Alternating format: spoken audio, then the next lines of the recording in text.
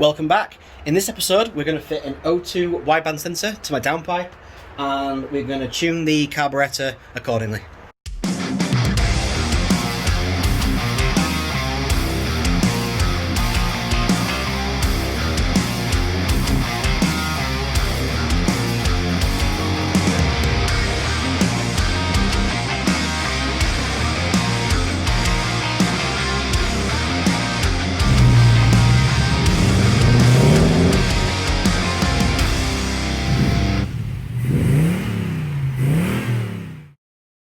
Right, so back in the garage. Yes, this car is covered in dust. Had a lot of work done to the house and the builders left the garage door open and all the brick dust is now on the car. But hey ho, simple jet wash, these things happen. Anyway, here we have a Bosch O2 sensor into my near side downpipe. A very good friend of mine who has been building an Audi coupe for a while. He actually gave this to me, which is a fantastic, really nice gift. It's an Innovate wideband. I think it's the, oh goodness, I can't remember the name of it now. But anyway, it comes with all the gear. Maybe it's on here somewhere. That's right, LC2 lambda sensor and controller, yes. So I'm going to fit this into the dash. What I've done is basically removed the redundant driver side air vent. This has been gone for a while because with my hydraulic clutch I couldn't run the air hose, so I removed it, and this is actually 60 something, basically wheel center cap size. So I've bought some OEM standard center caps, and which will fit in this hole without modifying any of the dash, and then I'm going to basically remove 52mm in the center, which will allow me to flush mount this sensor right in the center here, and it should look somewhat decent. I can't see it there, but it'll basically live kind of in here somewhere. And yeah, so the color as well hopefully is green and not blue. Worst case scenario, I can probably change the LEDs inside to a green LED, so it all matches, and this will give me a good lambda reading. Now I already have those figures, of course, for my dyno run, but I want to set the idle and stuff. So okay, so the green light means it's warming up, the flashing green light, sorry, and you won't get a reading until it goes solid. So again, it's 8 degrees out here, so it's a little bit chilly, so it might take a couple of seconds to warm up.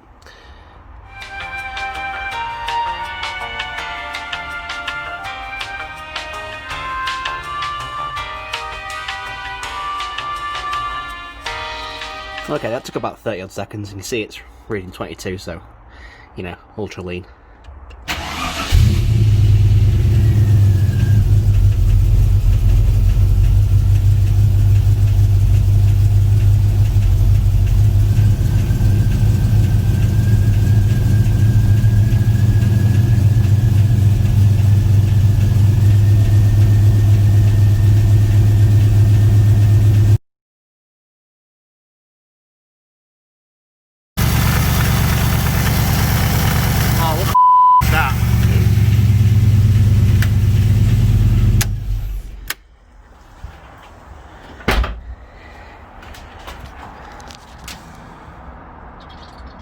What the hell? There's coolant literally leaking out the back of my cylinder head. First thought, it's maybe a cylinder head crack. Doesn't look that way. It actually looks to be the core plug. We're gonna have to take the head off. So this is obviously not the direction I wanted this video to go in. It was supposed to be about setting the idle mixture and the and jetting the carburetor with the AFR gauge, and now it's turned into potentially a cylinder head replacement. Happy days. So to get the cylinder head off, I first need to remove the carburetor so I can get to the bolts in the inlet manifold.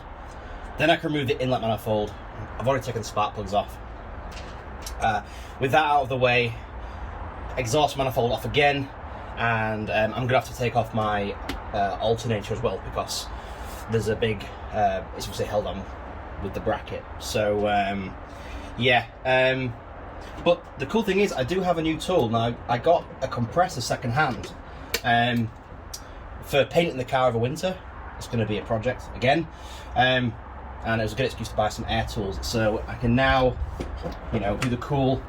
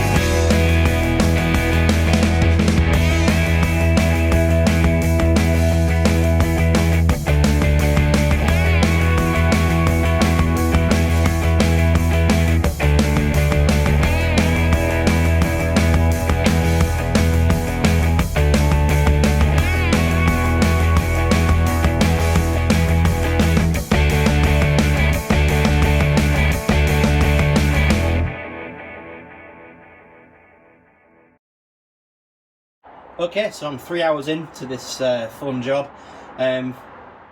Both cylinder heads are off. I didn't record this side because it's just the same thing. You'll notice some of the ARP studs are out of this side because you have to remove quite a few of the studs to swing it round all this gear. Other side, of course, is no drama. So yeah, the cylinder heads themselves look great. Oil's clear. No nasty deposits or anything. And yeah, everything looks really good. The cam and stuff looks really nice. No sign of any bad wear. So yeah, next step, I've got to knock out the core plugs in both heads. I thought I'll do both heads because I don't want to do one side, not the other. And I'm glad I took this side off too, because I actually noticed there was some corrosion back. So I think I was not using enough antifreeze in the mixture, too much water. So anyway, yeah, let's get these things knocked out.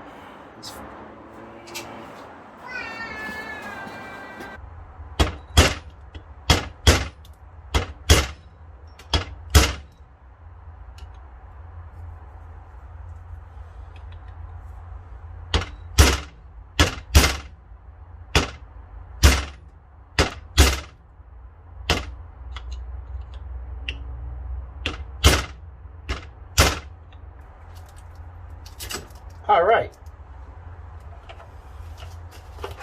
So here we have a plug. This one actually looks okay. Okay, ladies and gents. So here we have a new core plug made of steel. Hence why it will rot if you do not use the correct antifreeze / coolant mix. The Americans know these as freeze plugs. Anyway, here we have the bore cleaned out, and basically very simple. I have this drive set, drift set, whatever you want to call it. You saw it in the cam video. It's a fantastic bit of kit. But the correct size for the plug. Just see if I can get that on there. It's very hard to do one-handed. And the idea is get it nicely sat right on the edges there, nice and level, and then persuade it in. Here we have the plug installed, just, you know, maybe a thumb's nail below the surface. It's super made now, I know. These heads have had some abuse, but hey, fingers crossed this seals. Right, so now, clean the faces, put the heads back on.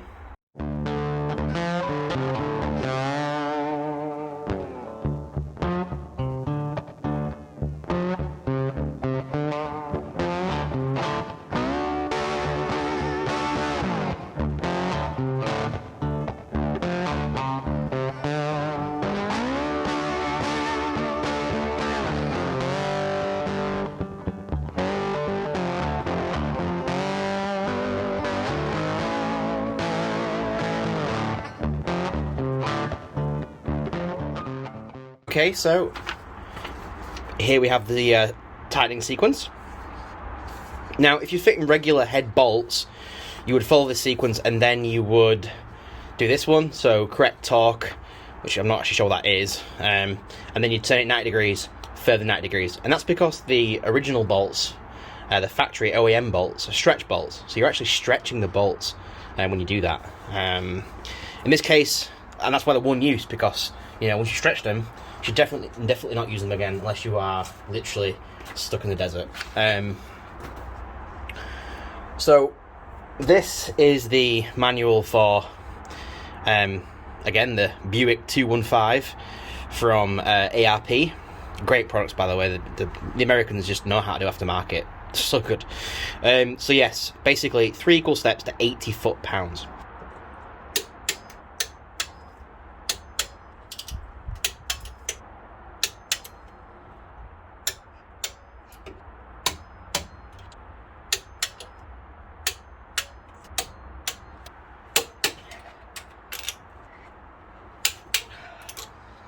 Oh, and the last one.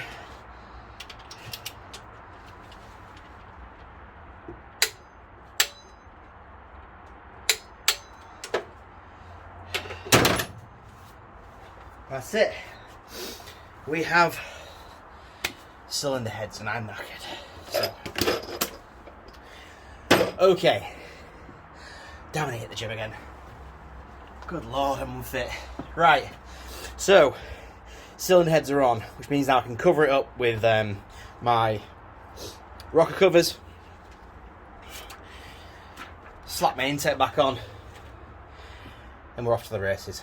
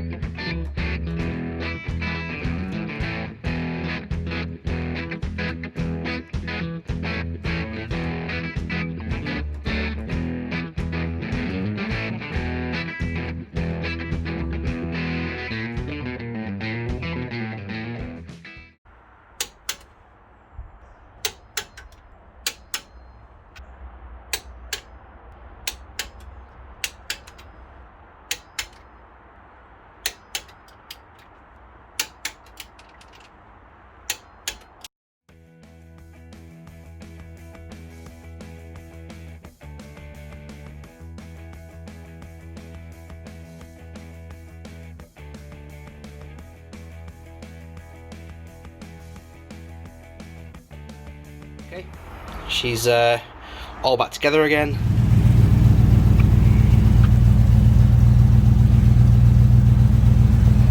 Okay, a little smoky.